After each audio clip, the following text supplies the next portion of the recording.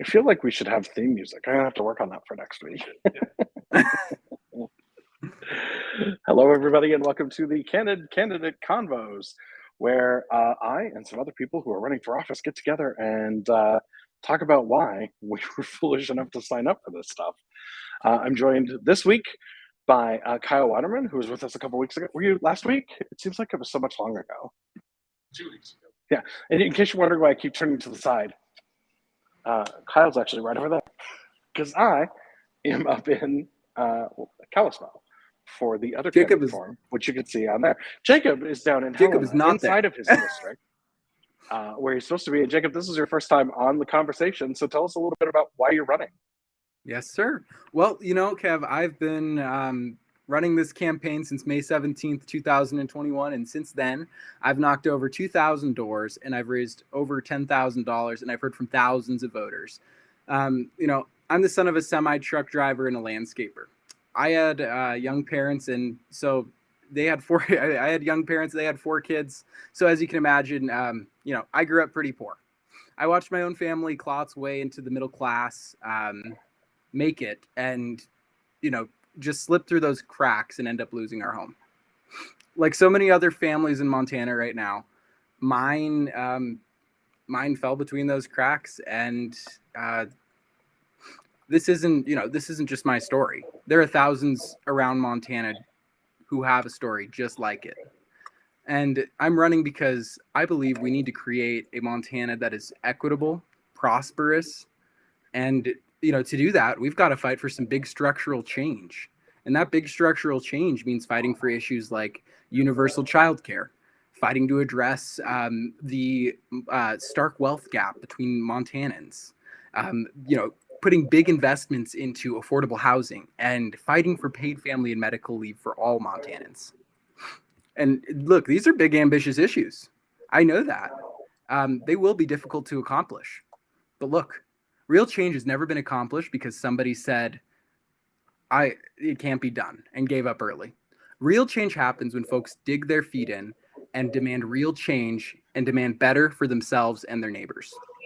And that happens when we elect folks who have experienced both the best and the worst of this economy.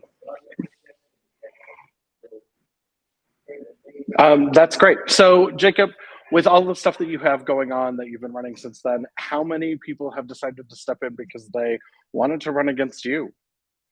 Well, it looks like 3 people total. One person dropped out, and he's a very fine man from Helena. The other 2, I have the utmost respect for, and I'm looking forward to a good primary with them. And who are they? Because I don't remember. Yes, Melissa Romano and Jake Troyer. Okay, that's right. And I have a primary as well with John Rebke in PSC District 5. Kyle, you don't have a primary, do you? I do not. I am running as a lone wolf Democrat up here in the Flathead. So there's only a handful of us who are running, and none of us have primaries. So though I'm happy to shout out, it's been great to work with people like yourself, Kev, but also Jacob and I filed together when filing opened up, and been inspired by people across the state. And as Jacob nicely says, change doesn't happen if we don't do anything. We all have to step up and make this work happen. Yeah, that's amazing. Okay, so little technical work right now. I'm going to really quick get a link because I need to share this to people because they're asking me about it. And I'm like, oh, I don't know. I'm having that kind of day, people. I just need you to know that's where we're at. Oh, I get it. Me too. Join us for the conversation.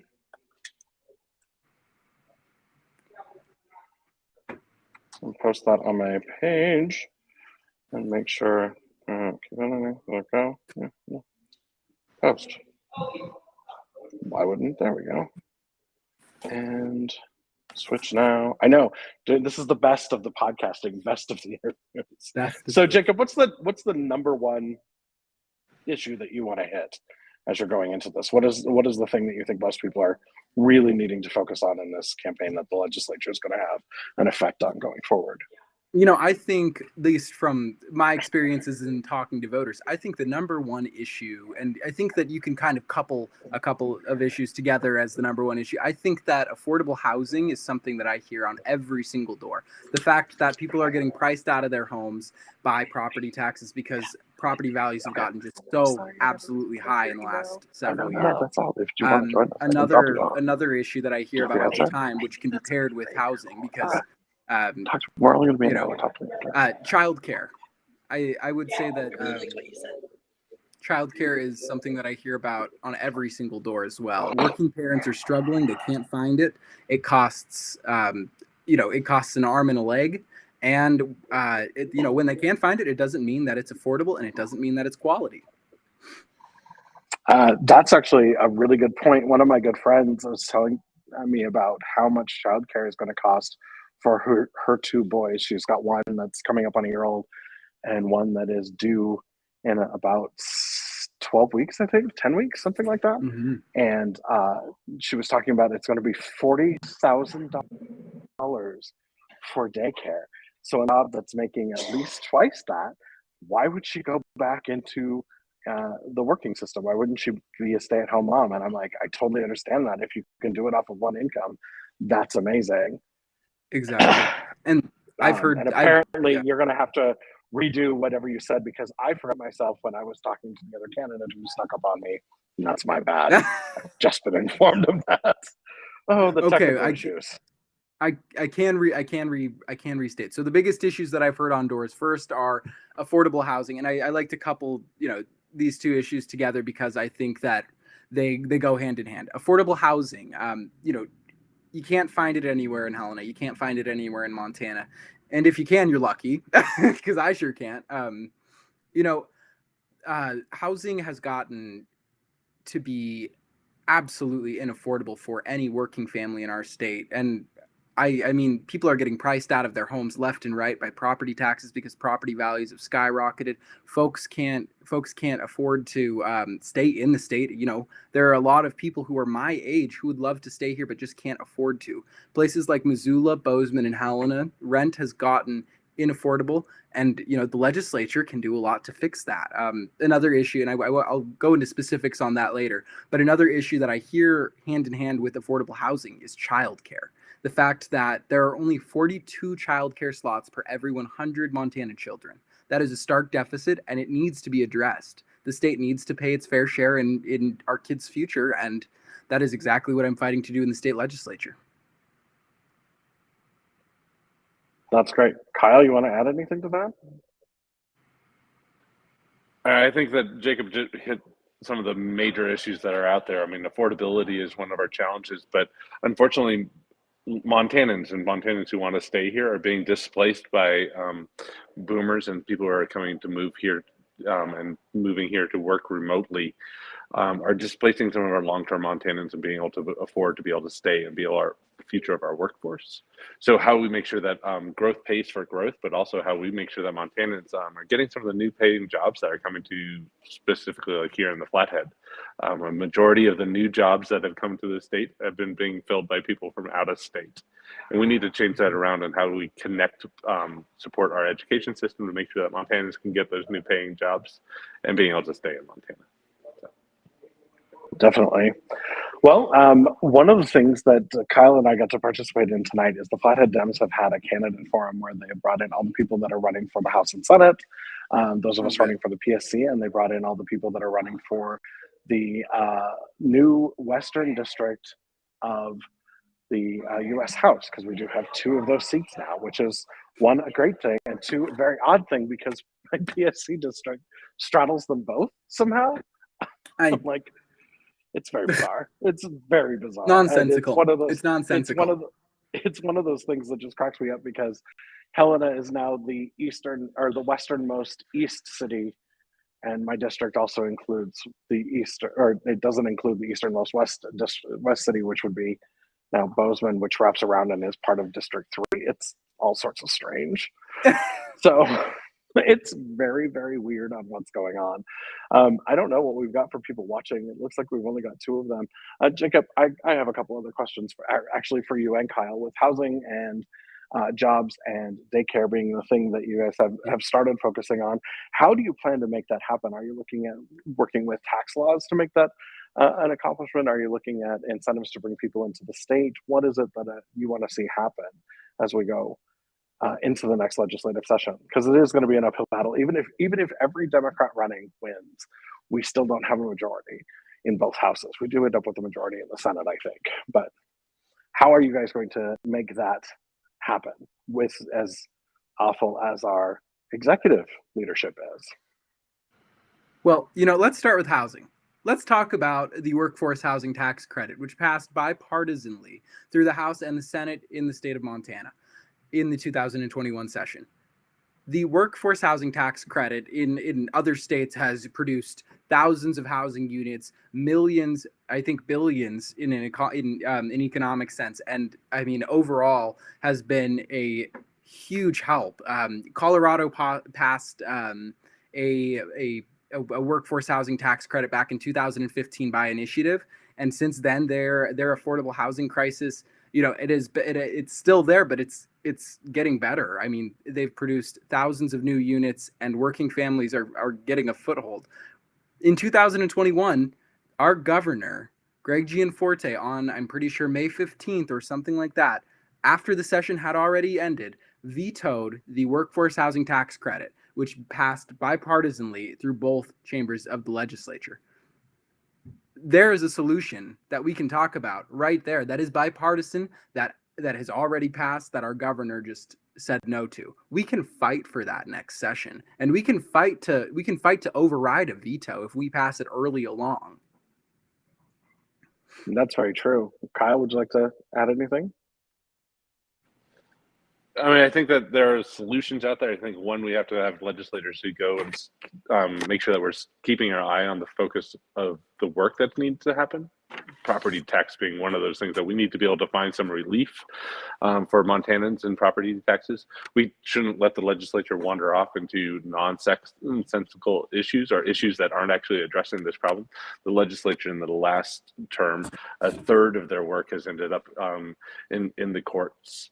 And so they're not actually solving some of those problems. I think one of the biggest ones we have to do is tackle the property tax issue, which, having been on city council, just know how much local government relies on property tax. We need to be able to introduce some new tax vehicles, whether that's looking at things like an Amazon tax or making sure that tax revenue from recreational marijuana is directed into public safety or into behavioral health issues. There's solutions that we can do to help make sure that there's relief there for the property tax lever, which City Hall has to pull on all the time. So, right. It's definitely one of the big things that we have to deal with is that, of course, marijuana revenue, the tax revenue from that, is going to make a big difference in what we have going into the general fund and going into pay for education. And exactly, that was one of the more interesting failures that the legislature had in the last term, because they had the whole, we're going to do this thing, but the initiative doesn't have the right to tell us how to spin the stuff, so we're going to write something new, but everybody's going to write something new, so nothing's going to actually get accomplished, and everybody's putting everything together, so nothing ever went through, and it ended up with, well, it'll just go the way the people wanted, which is really what they should have done. Like, call me crazy if the people vote for something and say, hey, we would like to see this, legislators, I'm just throwing this out there for the two of you running for the legislature, maybe do that. Yeah. Yes. Listen to the people. Exactly. Maybe listen to the constituents who elected you to do your job, right? It's a thing. So what are some of the other things that you see coming up? I know we've gotten a lot of pushback from people that are worried about how education is going. And, we have a state leader in OPI who is bound and determined to destroy public education. And we've seen many people running for local school boards that have no business. Like, I would like proof that they could read a school textbook before they be on the ballot, but that seems to be a non-starter. How do you guys see the state's responsibility from the legislature in making sure that schools are funded correctly, that we have all the things that they need to succeed, which isn't just funding directly to school, but it can also tie into mental health services, community services, that sort of stuff. What would you like to see on your— Kyle, you want to take that one first?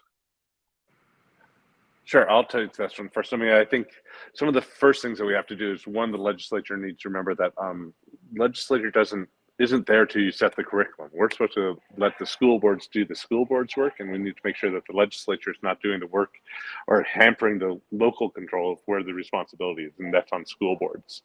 How do we also? I think you hit on a big one there, and I do think it's our behavioral health issues. I think that they are lagging, holding us back in education, and how do we make sure that our kiddos are getting the support that they have? Of how do we get I'm seeing more clinics, and how do we get an integrated healthcare that working for our students, but also their families and our teachers. But how do we keep kids in school so that they can get the education? So again, that they can get the long-term jobs that they need. I think that those need to be the priorities and where we do lay out the funding for that. But to me, I think that one of the largest things is right now we have a behavioral health crisis because we have a critically underfunded behavioral health system. And that goes all the way into our foster care system. And we have to be able to, as a legislature, support that so that our kids can go to school. And so that they can get the education that they need to have. We need to then, again, support the school boards to make sure that they are making the decisions, not making the decisions from the legislature. Yeah. Local control. Exactly. That's what I was hoping you'd say. Local control is powerfully important. The people who are on the ground, who are speaking with the voters directly, and these school board elections, they're personal. I know, everybody. If you're running for school board, they're probably one of your neighbors. You know these people. They're not some name. These people get to see voters and get direct contact voters weekly or monthly or whenever they have their meetings. They get that feedback and they get it directly. The legislature gets that, once every other year at a committee meeting. School boards get that constantly. Local control is powerfully important because school boards can gauge exactly where their community is and exactly what their community's needs are. And I'm gonna steer a little bit away from local control here, and just to talk about the environments we're creating in our public schools here in Montana. Let's talk about things like the ban on on trans participation in interscholastic sports in K through 16. I think that is creating an environment that is unwelcoming, un-Montanan, and it's frankly disgusting. I mean, would either of you guys like to say anything on it? House Bill, I think 112. I'm willing to jump in. I agree with you, Jacob. I think that we're making, again, we're letting the state government get into morality and telling people how they're supposed to be raising their children. Parents get to decide how they're raising their children, and we should be able to encourage that families have those decisions and to be able to make sure that we're not becoming a nanny state to tell parents how to work. But we're missing out on an opportunity of our workforce, where we in Montana need workers in our workforce. We don't have time to pick and choose who we want them. We need to make sure that we have an education system that gets everybody into the workforce, because we need as many employees as we can who are Montanans. Exactly. And creating and the environment that the 2021 legislative session created for LGBTQ folks in our state is not one that makes kids want to stay. It's one that actively makes my peers, people who I graduated with, leave the state. House Bill 215, which is the Senate Bill 215, which was the Religious Freedoms Restoration Act, and was essentially a blanket license to discriminate against LGBTQ Two-Spirit plus people at large. That bill alone will cost the state millions. That alone will, that will keep folks who would have come back otherwise from coming back to our state.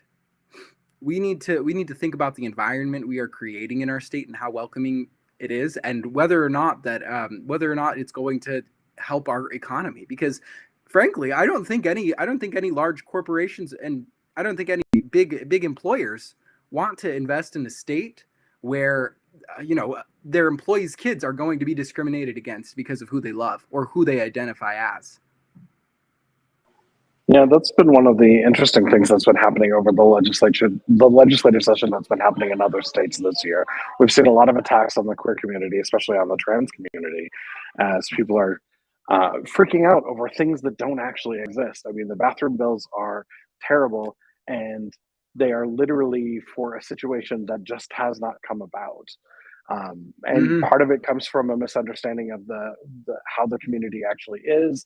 It's a lot of fear mongering. It's a lot of hate speech that comes from the Republicans, who just think that they have to have somebody to other in order to get their agenda passed. Well, if their agenda wasn't crap, they wouldn't have to do that. So if somebody's peddling fear, just so you know, that's what they're trying to do to you. We have so many things that are coming up in this legislative cycle. One of the things that we have coming up is all of the ARPA funding that hasn't been used. We have approximately $250 million that has not been dispersed to feed school children. And that money is going to be clawed back by the federal government unless our legislature does something about it. So what would you do? Jacob, you want to take that first? Yeah, I mean, the legislature needs to. This money is it is a once in a lifetime investment in Montana, and we need to use it as such. We need to invest in our families, and we need to invest in our kids.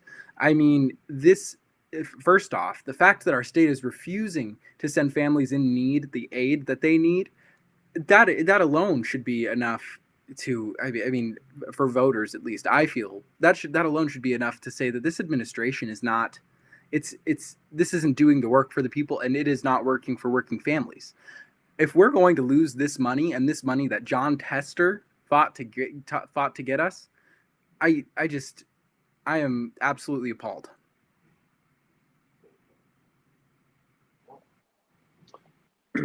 Yeah, so I think the first thing to remember is if we don't use this money, we all still pay our taxes. So it's basically like paying a car payment for a car you don't get to drive. So we are missing the opportunity, but also the money is perfectly suited for the situation we are, especially here in the Flathead, where we are now one of the fastest growing small towns, small municipalities in the United States.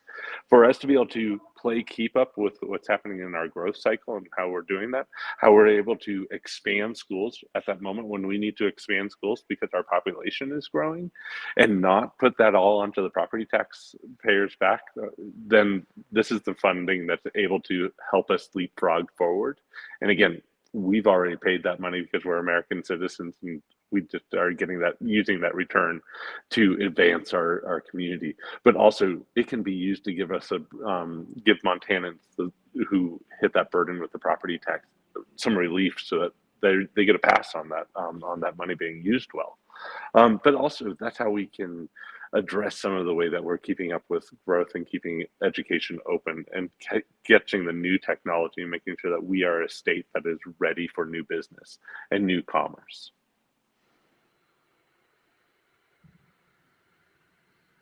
So we had a question come in from Stormy Tuffield. I hope I'm saying that correctly, Stormy. What are some examples of not sending families the aid that they need? Kyle, you want to take that one first?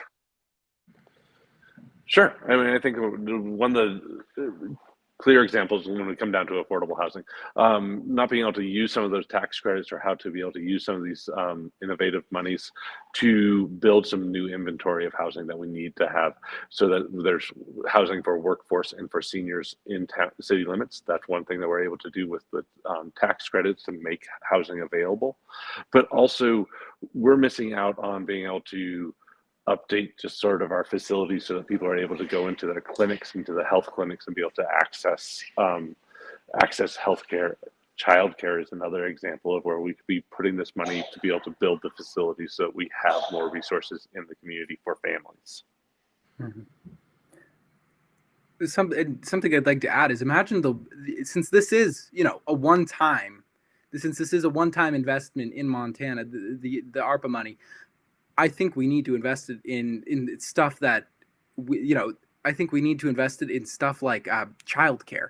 I think that providing grants and big grants to centers who are providing quality, affordable childcare is one of the most important things we can do with this money. We can provide, we can help expand slots. We can provide families the aid they need to make it to work.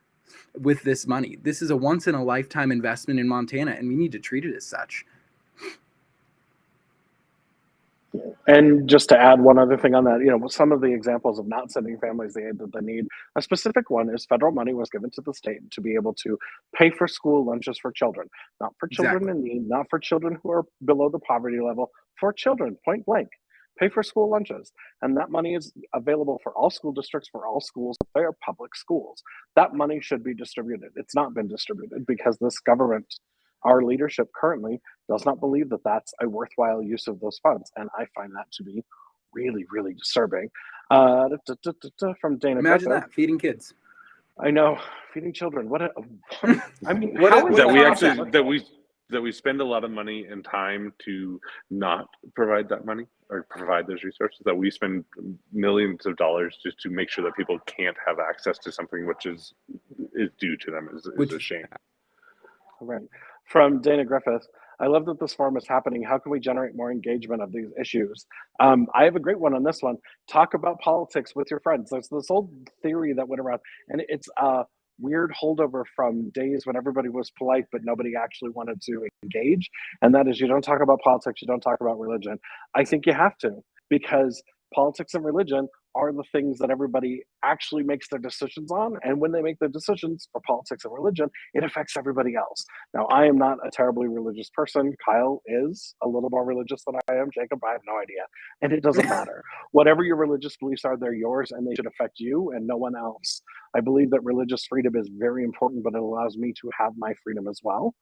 And my religion doesn't make those decisions. Now, when it comes to government and politics, those things are things that we absolutely have to talk to our neighbors about. Because one of the things that I find really, really important when I'm dealing with people, and I deal with a lot of Republicans in my life, I deal with a lot of Republicans in my business, I deal with a lot of Republicans in my family, and I have to present, these are the facts for my community that you don't see. And those are long conversations, and they're hard conversations, and they're uncomfortable conversations. And you have to have them.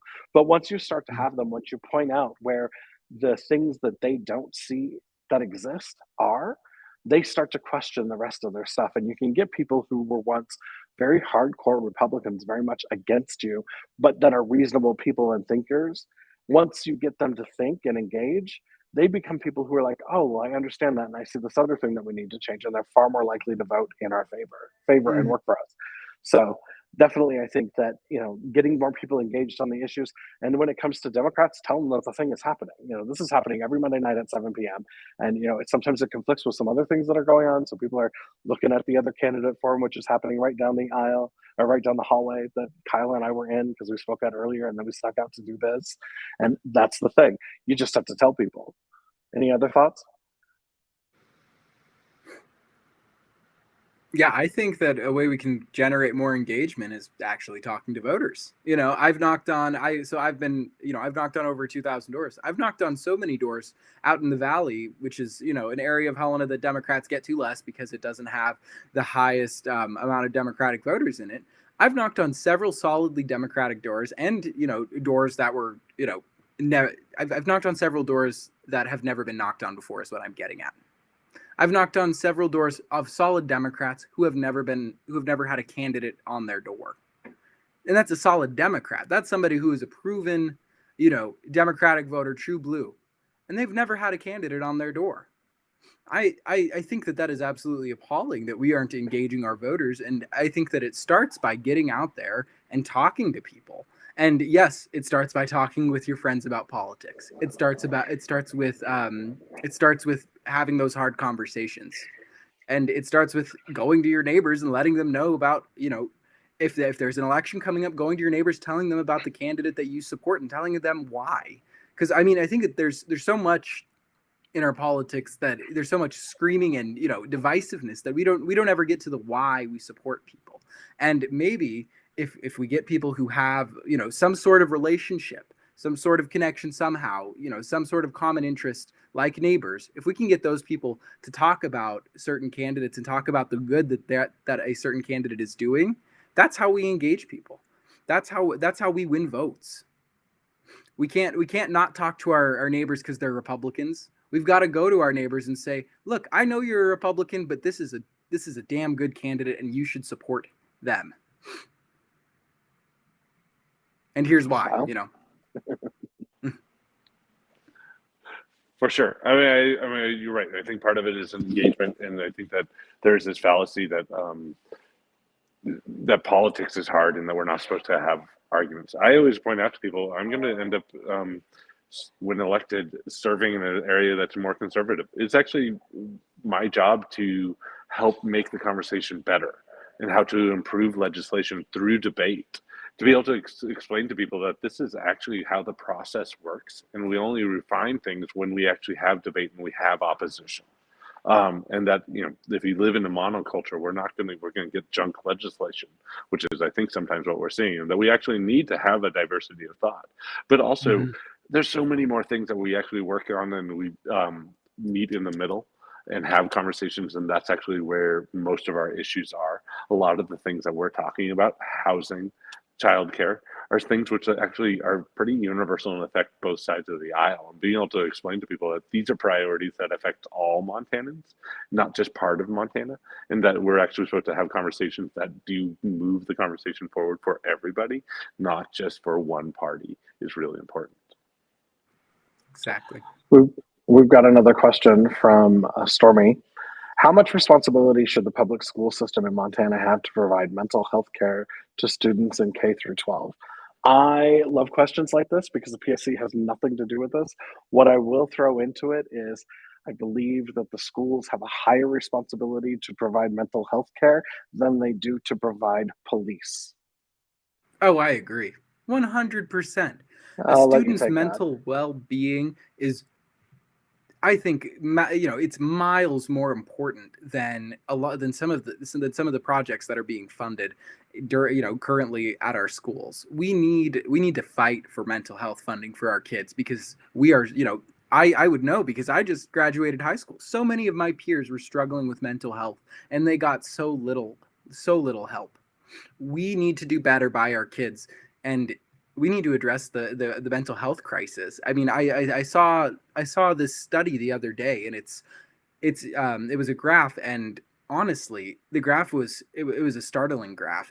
You can see throughout the years how students' happiness or unhappiness has, you know, skyrocketed, and especially among queer students, among students of color. I mean, these are issues that need to be addressed, and the state needs to pay its fair share in our kids' mental health, because I mean, these are the future producers for our economy. These are the future heirs to our society. He's looking over at me, so I guess it's my turn now. So I think one of the things that's really important. One, I've worked with traumatized youth before in my background. There's actually a lot of curriculums out there that are really supposed to be beneficial to like reduce suicidality within schools. But the benefit also is exactly what Jacob's saying. That curriculum is a side effect of it has been that it affects or helps kids who have attention deficit disorder. It actually raises the grades of all the kids by having some of that training that's helping with the behavioral health issues. I think the other thing that's important is that outside of the schools, it is actually a community responsibility. And I think things like what got me into politics was actually looking and fighting for Medicaid expansion here in Montana. When I saw Medicaid expansion work, what I see is amazing about it is you're not only able to work with a kiddo who has a behavioral health issue, you're also able to join their parents and help their parents who might have an addiction or a behavioral health issue. You're working with Medicaid expansion, we've been able to expand healthcare so that it's working with entire family units, not just the kid who's in school. And I think that that's actually making for a better community. It's keeping families together, and hopefully going to start to build us again back to workforce and being able to get people who are able to address their behavioral health issues to be able to keep a job and maintain having a house and live in Montana. That's awesome. Okay, and tying into that, we've got a question on childcare.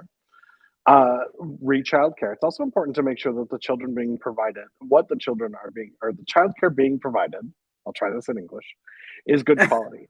as evidenced by other states whose programs were so awful that the study showed that no preschool was better than state-run preschool. I find that to be both unsurprising and entirely disturbing. And we've had, I'm trying to think if there's a legislative session that I've been involved in since I moved back in 2008, going into the 2009 session, that hasn't had a fight for expanded full-time pre-K in the state. And I don't think there is, right? So we've fought for this every single session, and it's been one of those things that is a constant battle because you have a bunch of people who don't believe in public ed, and then you have studies that show that not only is it good, but public-run preschool actually makes everything better for every single student. Jacob, what would you like to say about that? Yeah, in my opinion, every child in our state is entitled to good quality care. Where they are kept stimulated and safe. I think that there is a lot that the state can be doing to make sure that our preschools and our childcare facilities are being ran well. We can provide grants and other programs that reward facilities for providing high quality childcare, like the STARS program, which I'm pretty sure lost funding in the 2021 session, but there are programs out there to ensure quality in childcare, and we can fight for those in the next legislative session. The reality of it is right now is that the legislators who are in power do not want these programs. They don't want to fork out the money. They'd rather line their buddies' pockets and bully trans kids. You're muted, Kev. Oh, Kyle, what did you want to add? Okay, he's yelling at me. He's just like, go on. It is amazing as you learn the childcare problem. Like, one, how far behind, what a deficit we have in not having enough facilities and having teachers who are able to get out there and get the work. That's actually keeping families out of the workforce and becoming a challenge for employers here in the Flathead. And that's why even the conversation is including now our chamber and our employers as it being a priority of how we invest in the community, but also make sure that working families are able to get both parts of their family out and working in the workforce, and just being able to provide that, getting people back to work, but also getting kids good childcare, and it makes it for a more healthy community, and it makes for a more healthy future for us. And a follow-up to that, what can Democrats do to push back against the GOP line about childcare costing too much? Tax the rich, really. Exactly. The reason our economy is out of whack because our tax base is completely messed up, and that is the first thing that you have to do. There's plenty of others, but what else would you like to say? Let's talk about what it's costing our economy for working parents to stay at home and not do the jobs that they were once doing because they cannot afford childcare. Let's talk about that cost. This isn't only worrying about the state coffers. This is worrying about our economy, and this is worrying about small businesses who are having trouble finding employees because their employees cannot afford to pay for childcare. That is the cost. It isn't just, and we can do a lot more. We can fix our regressive tax system, which that is what it is by definition, a regressive tax system. We can make every Montanan, no matter what they make, pay their fair share, because that is a Montana value, and I think that is that is something we have all been raised on. Kyle? Thanks. I agree with Jacob. I think that the part of it is where the burdens of our inadequate system right now. It's more on small businesses. It is on single families and small families that are being displaced, and we are experiencing a brain drain because we don't have the level of services in Montana, and people are looking at other communities or other states where they can go and be able to be successful as an employee, but also for their businesses. So, I think we are just losing out and short-cheating Montana by not being able to invest into childcare, but also invest into our families. Yep. And I wanted to point out that, Jacob, as you were answering the question, is it possible, or the other question, this question came in, which is it possible to get Dem candidates to focus harder on the economic sensibility of funding these programs? And unequivocally, from both of your answers, yes, it is possible to get Democratic candidates, such as Jacob Torgerson and Kyle Waterman, to focus on these things and point out that in a lot of cases, the policies that we put in place by Republicans over the last 50 years have just been literally penny wise and pound foolish. They have cost us so much more, and they claim they're trying to save things. And we've got another question from Stormy, which I haven't read yet. So, do you support social emotional learning in public education? If so, what do you see as its benefits? I am going to let you two take this because this is not something I have studied at all. I don't know the most about it either, but I would be happy to put in the research to learn more about social emotional learning. I think that making sure our kids are learning in a safe environment where they feel supported is absolutely it's absolutely essential to modern day education. And I would be happy, Stormy, to have a conversation with you on the side about this issue and do my research. I'd like to give you a week. You can come back and we'll keep this question around for next week. But Okay. Kyle, do you have anything to add? I agree with Jacob. I'd look forward to learning more about what Cell is working on. I think my biggest points are, one, the legislature really doesn't mandate what the curriculum is for our schools. That's the school board's job. And I'd really, as we have so many legislators who are coming in proposing that they want to manage curriculum from the state legislature, I'm trying to avoid trying to do that. I do think that we want to make sure that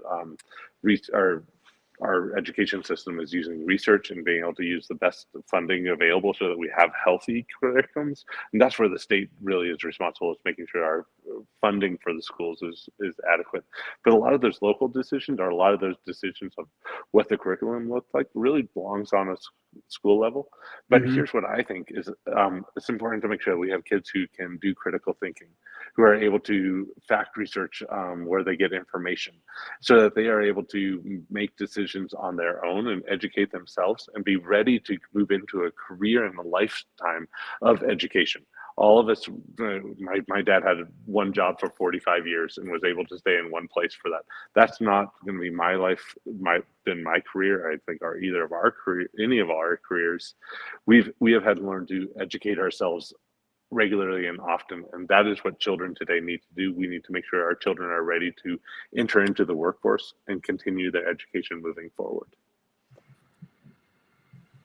That's awesome. Okay, I'm going to go back to, and Stormy, with that one, we will keep that question for next week because I think both Kyle and Jacob can return next week. Even if they don't, we'll keep it for them so that when they come back, we can talk about it again, because that is one of those things that we'd like to do. I have another question that was sent in via a text message to me, and this refers to Jacob when you were talking about Democrats not knocking on solid Dem doors. What do you think needs to change within the Montana Democratic Party to fix what is a clear pattern of failure to communicate with working class with the working class in the state? For example, why haven't I seen the Montana Democratic Party? Hold on, I'm missing it. I got to get the rest of the question because it's not up there. Rest of the Democratic Party. Oh, boost this forum at all. I'll take a little bit of that first. I do actually, full disclosure, both Kyle and I sit on the executive board. Kyle was just appointed to the board 4 months ago, something like that. And I am on my second 2-year term. Is that right? Might be my third. But I'm in the Western District seat, but now that Helen is in the Eastern District, who knows? What I can tell you is sometimes changing that body is a lot like moving a river. It takes a lot of work. It takes a little bit of time. And it also takes sometimes just examples of how to do things differently and better. When I came up with the idea for this Candid Convo, I reached out to 2 people I know who were perfectly capable of being online and had been in Zooms for obviously the last 2 years, much like everybody else had been, but were also competent enough legislators and candidates to be presented with questions that we don't filter. If you notice the questions over on the side, I'm just literally clicking a button, putting these up. I don't filter them. I don't say this isn't something we're not going to talk about. If somebody were to come in here and troll us and say, oh, you're the worst person I've ever met, I'm still going to put that up, because then that video can be sent to their parents, and I'm happy to share that with your mother. But more importantly, if the Montana public doesn't feel like they can talk to us, they become separate from us. And I'm part of the Montana public, and I'm one of those people who's never had any fear, and social boundaries are not a thing. So I will go talk to anybody. The fact that a lot of people feel like they can't come talk to Democratic candidates, or that they don't know who the Democratic candidates are, is distressing to me. We need to be doing more. And sometimes we need to change things up. So when I started this is obviously, I'm doing this on my own. It's with my own tech. Everybody else has their own tech at home. We are not spending a ton of money on this. We're not doing any advertising for it, because I don't have it in my campaign, neither do the two of you. And we don't know who's going to be on every week. We're starting to get more people come in and be a part of this, but we're still not getting the viewership of it live that I would like to see. And we need more people engaged, but that requires you, the people at home as well, to be willing to say, hey, this is something that's happening. You want to be engaged. Now that we're in our 5th week of this, I believe, we're at a point where we can say, hey, we're going to go forward with this. We're going to do some amazing stuff, and we're going to continue this. This is going to be an ongoing thing, and it can involve more people. I know that the party itself is a little bit leery of getting involved when we have primaries, but I think if you extend the invitation to everybody equally, it shouldn't be a problem. So that's where I'm at. I think that we actually have to work more on new and innovative ways to do it. And if you have ideas, by all means, let me know. And the other thing is, we just have to get out and do the work.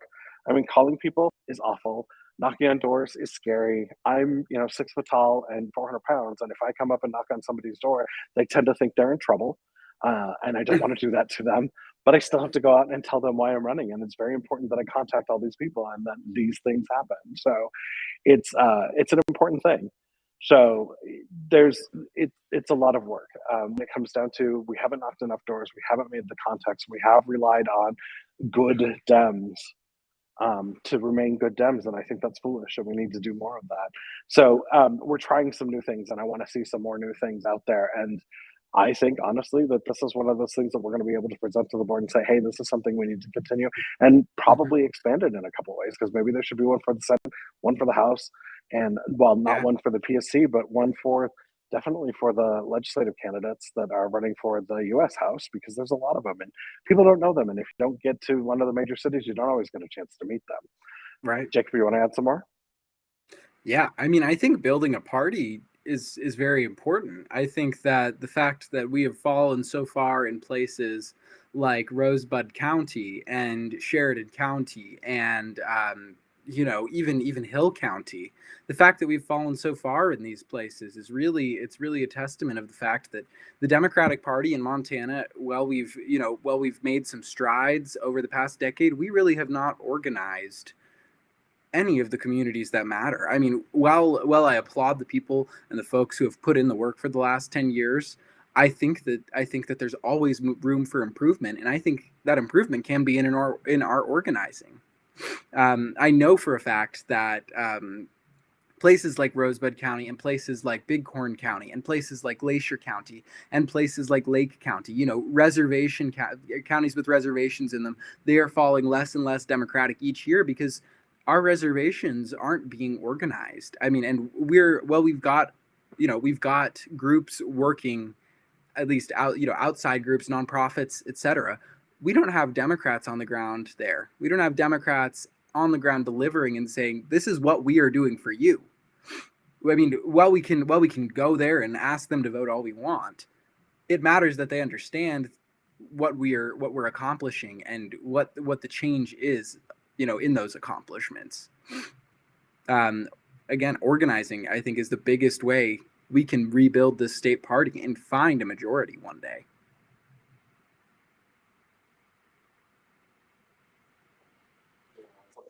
Sure. I think one of the biggest things that we can also do is we have to remember to look at new forums of how we do that. Make sure that we're going to those voters, to that workforce.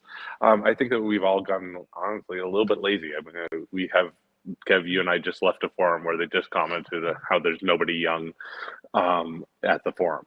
And I think that we have to remember that, a forum maybe on a Monday afternoon or Monday evening like this might not actually be the best time to like go and meet all that workforce.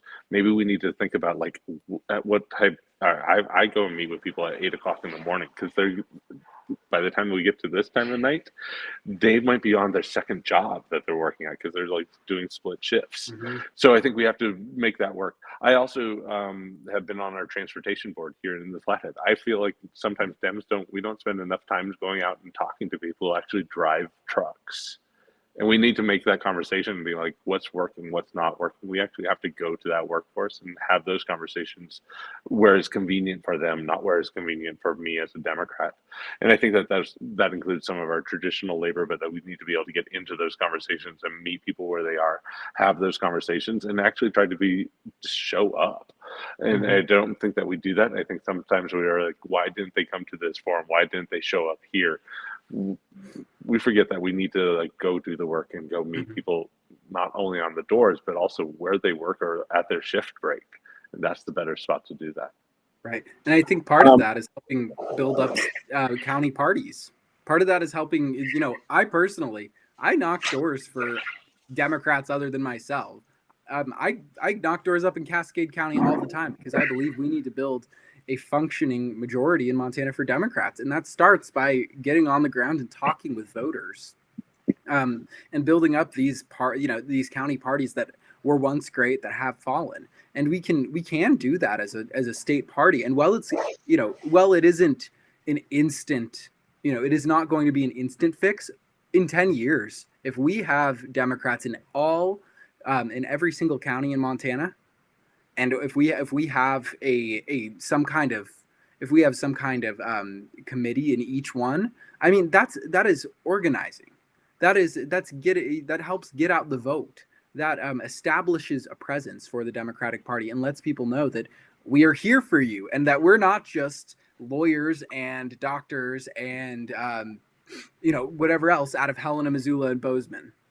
We're a lot more than that. We're working class families. We're farmers. We're ranchers. We're union laborers. We are more than just rich folks.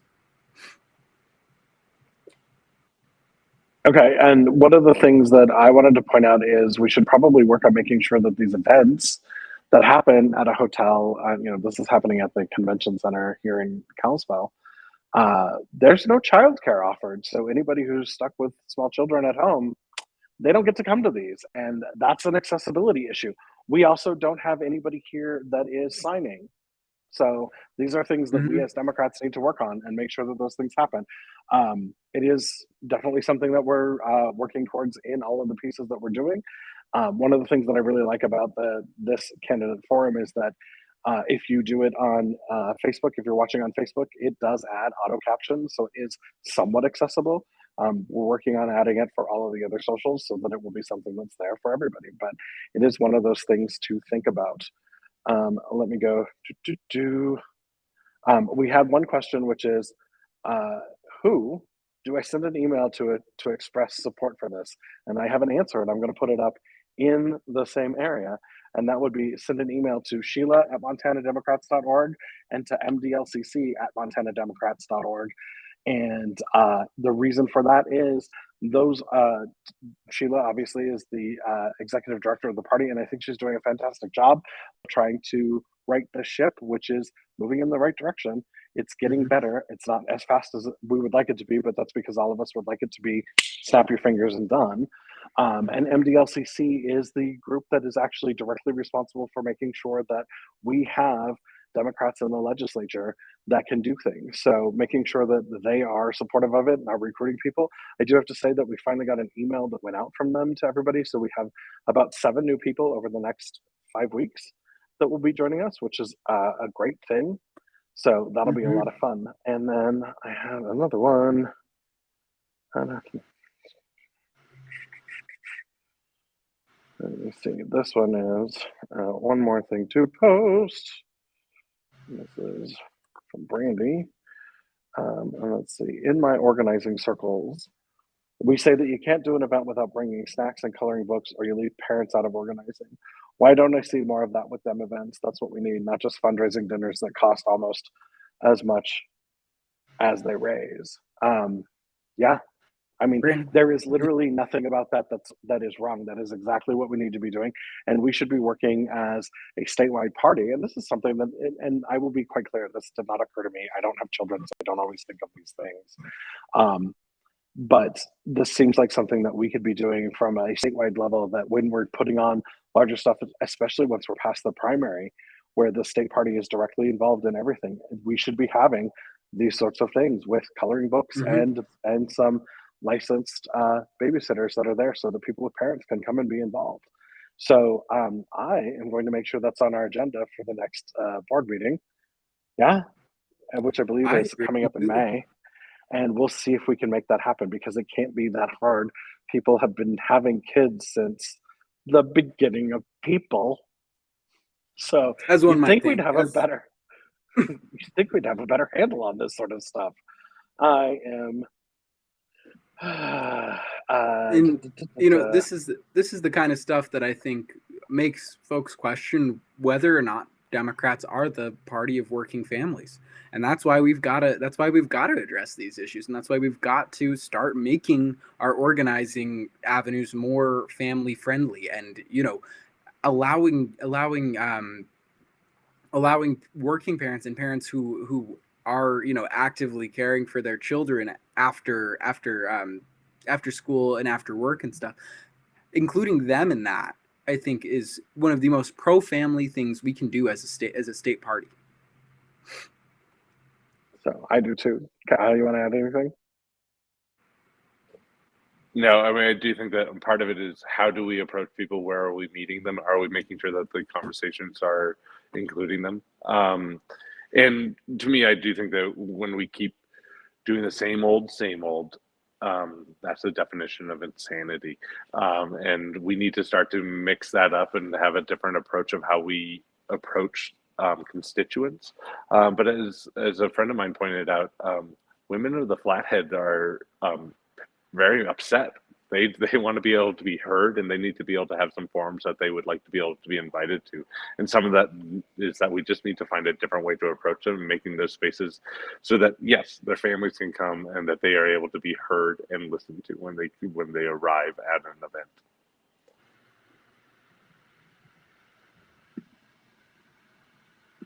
I'll unmute. Good idea. So many technical issues today. Our last little thing from Dana is, thank you, 3. I'll share this event next week. We appreciate that, because it's going to only get bigger and better. Every time we get a chance to come on here and speak to people as they're asking questions, we can prove that Democrats are the better candidates. We're not afraid of the public. We're not afraid of asking whatever you put in front of us, and we're not afraid. It's not like we're telling you what to ask us. We want to know what your questions are, and we're going to answer them the best we can. And like today proved, sometimes you're going to ask a question and we don't know the answer to it, because we are not know-it-alls. We are not people who are like, oh, I can fake it to this and nobody needs to know I have no answers for this. What we do is we say, I don't know. And that's okay, because we're going to look it up, because if it's important to you, it's definitely important enough for us to do the research on. So that's what's going to happen. So as we're coming up on the end of this, I just wanted to thank you to both of my guests that were on this. I feel like a show host, but I'm not actually a show host, because next week I'm going to be singing at a Ukrainian concert. So I will not be on this, which will be super fun. So somebody else is going to take the lead on this. It'll probably be Kyle and Jacob, actually. They don't know this yet. I just dropped that on them. So look, see, they're smiling. They said yes. And What's that? so that's where we're at.